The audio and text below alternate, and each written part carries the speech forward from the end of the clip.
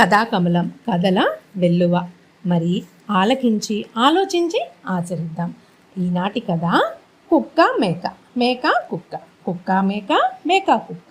పూర్వం ఒక బ్రాహ్మణుడు సంతకు పోయి యజ్ఞం కోసం నల్లని మేకను ఒక దానిని తీసుకొస్తున్నాడంట. అది గమనించి 4 దొంగలు దాని వద్దనున్న ఆ బ్రాహ్మణుని వద్ద ఉన్న ఆ మేకను కాజేయాలని ఆలోచించేసి ఒక ఉపాయం కూడా వెంటనే సమకూర్చుకున్నారంట. దొంగలకి దుష్టులకి భలే ఉపాయాలు వస్తాయి కదూ. 4 దొంగల్లో ఒక దొంగ బ్రాహ్మణుని వెంటనే సమీపించి, అయ్యా, మీరు బ్రాహ్మణులు కదా, అంటరాని ఈ నల్ల కుక్కను తీసుకొని పోచున్నారెందుకు? ఈ కుక్కతో మీకు పని ఏంటి అని అడిగాడు. అందుకు బ్రాహ్మణుడు, పిచ్చివాడా, ఇది కుక్క కాదు, నల్ల మేక. యజ్ఞం కోసం సంతలో కొన్నాను. దీన్ని కుక్క అంటావేమిటి? నీకు తెలీదు, పో, నీకేమైనా పిచ్చా అని కొంత దూరం వెళ్ళిపోయాడంట. అక్కడ కొంత దూరంలో 2వ దొంగ పొంచి ఉన్నాడంట. బ్రాహ్మణోత్తమ, కుక్కను తాడుతో కట్టి తీసుకుపోతున్నారేంటి?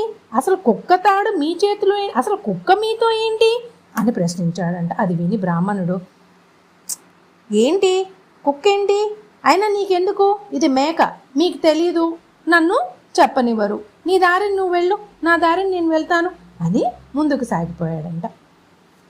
మరి కొంత దూరం వెళ్ళేసరికి 3వ దొంగ అక్కడ పెద్ద మనిషి వలె నుంచునున్నాడంట. అప్పుడే చూసినట్టు, స్వామి, మీరు బ్రాహ్మణులు కదా, అప్పుడు చూశాను మిమ్మల్ని. గొప్ప కులంలో పుట్టిన మీరు నీచమైన ఈ కుక్కను తీసుకుని వెళ్తున్నారు ఎందుకండి? పాడు కుక్కను వదిలేయండి.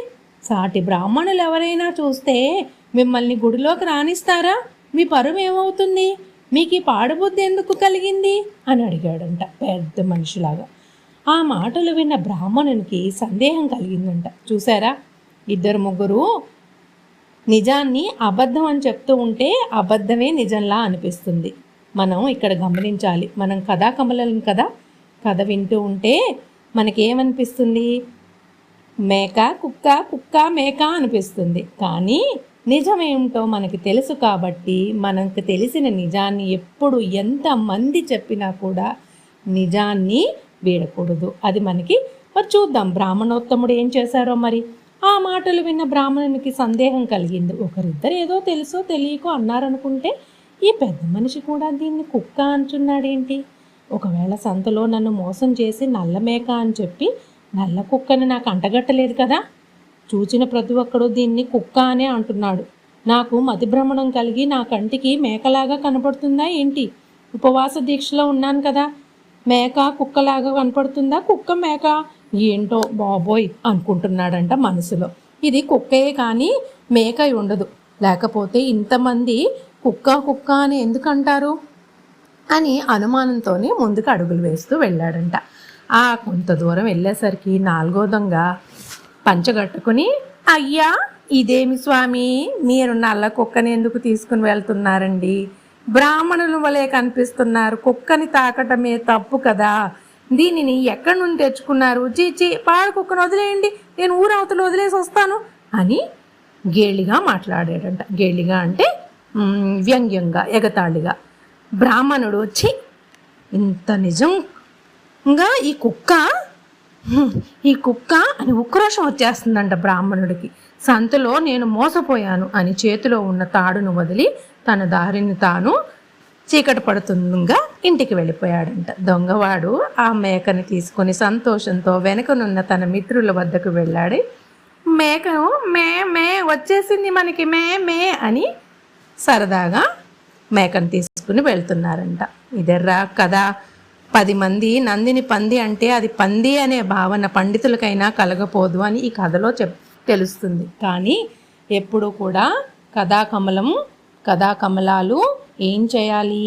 మనం ఎప్పుడైనా నిజాయితీగా నిజంగా ఏదైనా మంచి పని చేస్తుంటే అది చెడు అని ఎంతమంది అన్నా సరే మనము మంచికే నిజాయితీకే నిలబడాలి. మనం నిలబడతాం, మనం కథాకమలాలం కదా.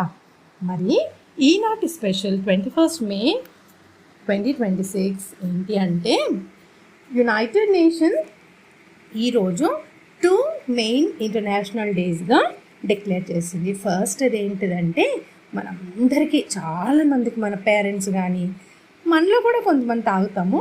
International tea day, tea, chai, right? Established to celebrate the cultural heritage, health benefits and economic importance of tea. మన ఇండియాలో కూడా టీ ఎక్కడెక్కడ ప్రొడ్యూస్ అవుతుంది, ఎక్కడెక్కడ టీ పంటలు ఉన్నాయి, నాకు కామెంట్ బాక్స్లో తెలియచేయండి. నాకు తెలుసు, మరి మీకు తెలుసా?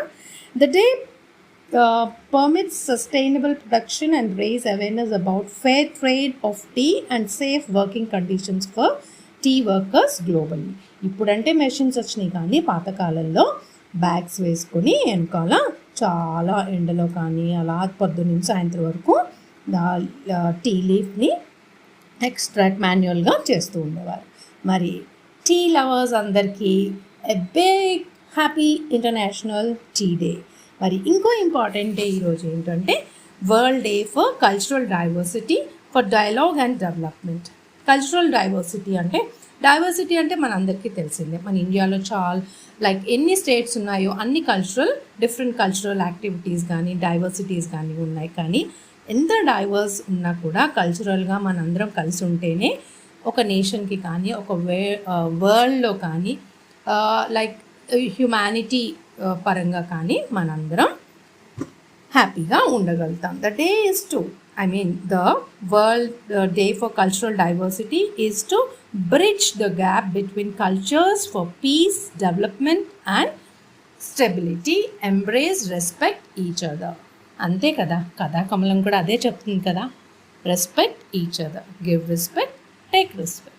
సర్వే జన సుఖినో భవంతు, లోకా సంస్థాం సుఖినో భవంతు. జై హింద్. ఉంటాను మరి.